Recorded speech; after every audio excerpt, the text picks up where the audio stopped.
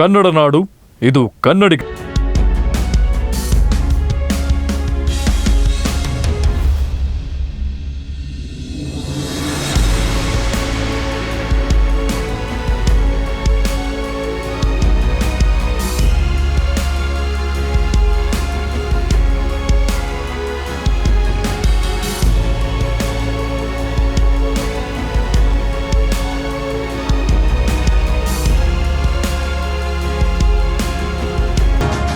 ದೇಶ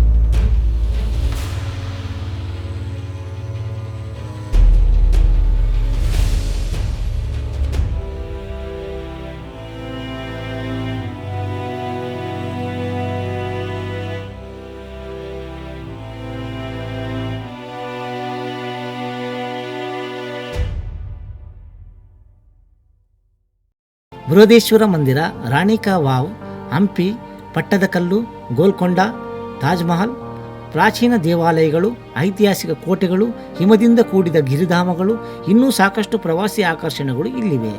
ಇಂತಹ ತಾಣಗಳ ಪ್ರವಾಸೋದ್ಯಮದ ಉತ್ತೇಜನಕ್ಕೆ ಪ್ರವಾಸೋದ್ಯಮ ದಿನಾಚರಣೆ ಸಹಕಾರಿ.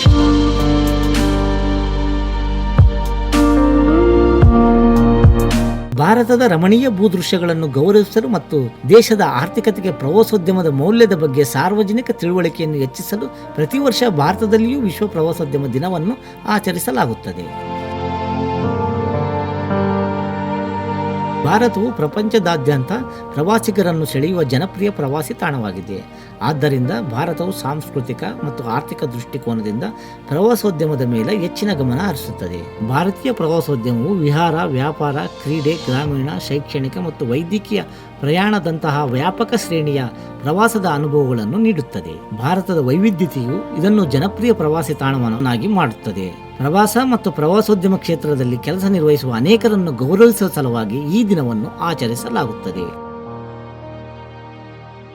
ವಿಶ್ವ ಪ್ರವಾಸೋದ್ಯಮ ದಿನಾಚರಣೆಯ ಹಿನ್ನೆಲೆಯಲ್ಲಿ ಭಾರತದ ಸಾಂಸ್ಕೃತಿಕ ಪರಂಪರೆಯನ್ನು ಕಾಪಾಡುವ, ಪ್ರವಾಸೋದ್ಯಮವನ್ನು ಉತ್ತೇಜಿಸುವ ಮತ್ತು ಬೆಳೆಸುವ ಕಾರ್ಯ ಆಗಬೇಕಿದೆ.